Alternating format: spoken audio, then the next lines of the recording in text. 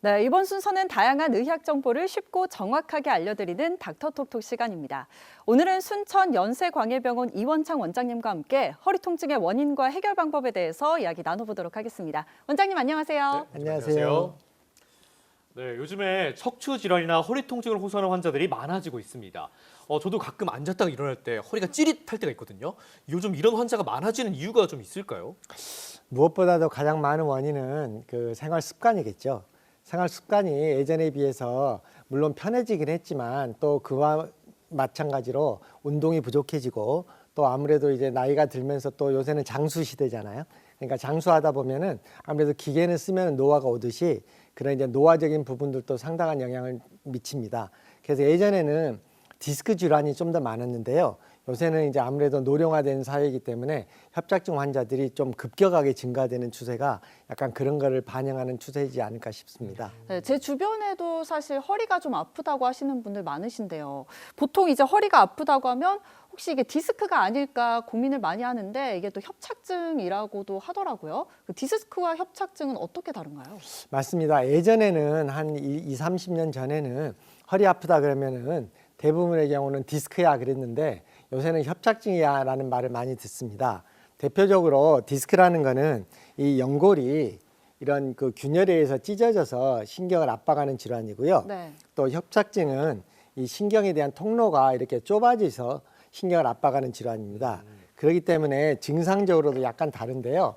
디스크는 대체적으로 좀 급성으로 진행되는 경우가 많습니다. 예.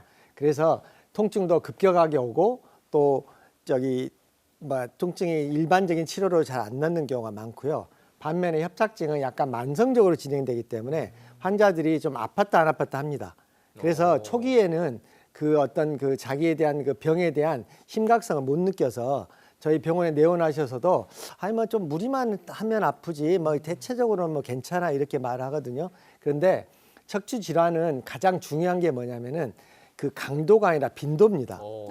네. 환자들은 이제 강도 내가 얼마나 아팠냐에 따라서 병원에 내원하게 되는데요. 저희들이 유심히 관찰하는 거는 얼마나 아팠고 언제부터 아팠고 초기 증상이 언제부터 시작하냐거든요. 그런 부분의 차이가 있고 또 이제 어떤 자세적으로는 디스크 질환은 이 압박하는 자세가 많이 통증을 악화시킵니다. 그래서 주로 이제 앉아 있는 자세가 많이 통증을 유발하는데 반면에 척추관 협착증은 구조적인 문제가 있기 때문에 서서 좀 오래 서 있거나 그래서 주부들 그 집안일 가사일을 할 때 설거지 할 때라든가 아니면 주방에서 일할 때 오래 못 서 있고 이렇게 꾸부정해지는 경우라든가 또는 조금 이제 오래 걸어가면은 아파가지고 이렇게 하면서 좀 쉬어가야 되는 네. 이런 경우가 이제 대표적으로 협착증이거든요. 근데 그런 부분이 뭐 처음 한 1~2km 할 때 괜찮으면 사람들이 좀 쉬어가면 되니까 괜찮은데 그게 자주 이제 반복되다 보면은 이제 좀 500m, 뭐 100m가 짧아지니까 조금 이거는 아닌데 그러고 이제 병원에 내원하죠. 그럴 때는 벌써 이미 한 3~4기 정도 진행되는 경우가 많고 대부분의 경우는 그래서 저희가 2차 병원 전문 병원들을 찾아오시는 환자들은 보통 1차 병원에서 해결이 안 되니까 오시는데 그런 경우는 대부분 이제 수술을 요하는 환자가 거의 한 70~80%죠. 조금이라도 증상이 있을 때 바로바로 내원을 하는 게 중요하겠네요. 맞습니다. 네. 네. 그렇다면 이 디스크와 협착증이 다른데 이 치료 방법도 좀 차이점이 있을까요? 예, 물론 이제 기본적으로는 치료는 아까도 말씀드렸듯이 신경을 압박하는 질환이기 때문에 그 압박된 요소를 풀어줘야 됩니다. 디스크 같은 경우는 디스크 연골이 탈출된 조각을 제거하는 거고 그렇지만은 이제 협착증인 경우는 좀 다른 게 뭐냐면 이미 만성적으로 구조들이 많이 변했기 때문에 그 공간을 넓혀주려고 하면은 더 많은 손상을 가해줘야 되기 때문에 보통 이제 많이 흔히 들어보셔서 알겠지만은 나사목 고정을 하죠. 예. 근데 이제 이 나사목 고정이라는 수술에 대한 문제점들이 많기 때문에 사람들이 또 수술을 주저하다 보니까 이제 또 병을 키워서 초기에 안 오고 대부분이 한 3~4기 이상 진행돼서 오기 때문에 서로 환자도 힘들어지고 의사도 힘들어지는 거죠. 원장님이 또 수술 얘기를 하셨는데 사실 이 많은 분들이 허리 수술에 대한 두려움이 좀 있잖아요. 네. 아무래도 가장 걱정되는 게 후유증이 아닐까 싶은데 맞습니다. 네. 어떻게 생각하시나요? 일단은 좀 아쉽게도 척추는 다른 조직하고 틀리게 수술 자체가 아주 근원적인 치료가 아니에요. 무슨 말이냐면은 병소를 제거하지만 네. 그 제거하는데 척추는 다른 조직하고 또 가장 차이점이 뭐냐면 원인이 결국에는 신경의 문제를 초래해요. 그러다 보니까는 신경 자체가 건강해야 되는데 좀 늦어지면은 신경의 손상이 당연히 수반될 수밖에 없거든요. 그러다 보니까 원인을 잡아줘도 그 손상된 신경은 회복이 안 돼요.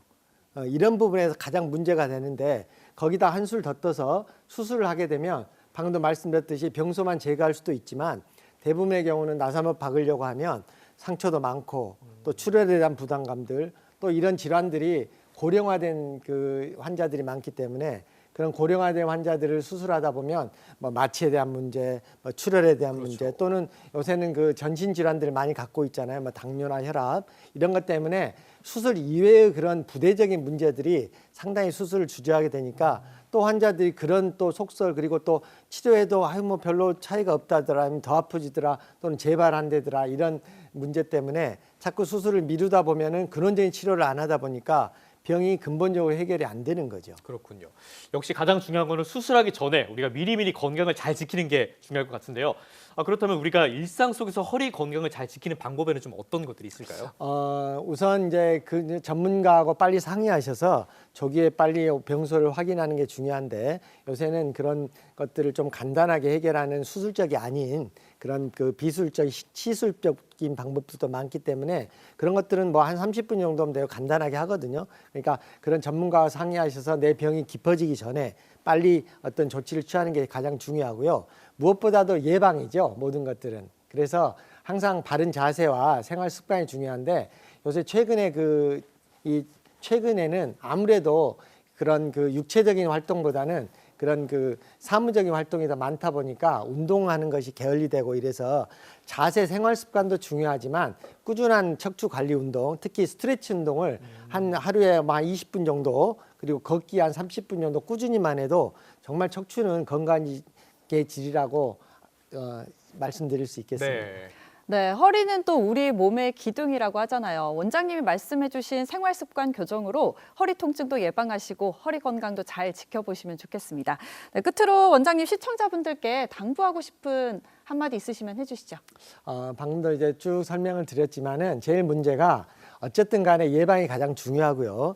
네. 예방이 안 되고 병이 생기면 어쩔 수 없잖아요. 그걸 고쳐야 되는데 그 시기를 늦추지 마시라는 거. 단순히 통증 크림이나 이런 물리치료만 갖고 그런 그 간단하게 해결하려고 하지 마시고 좀 더 본질적으로 검사를 해서 자기 병에 맞는 그런 치료를 하시면 수술까지 안 가거나 또는 수술을 하시더라도 예후가 좋은 상황으로 될 수 있고 또 요새는 첨단 치료들이 많이 있기 때문에 굳이 이렇게 수술에 대한 두려움으로 병을 치료를 늦추지 마시라는 것을 꼭 당부하고 싶습니다.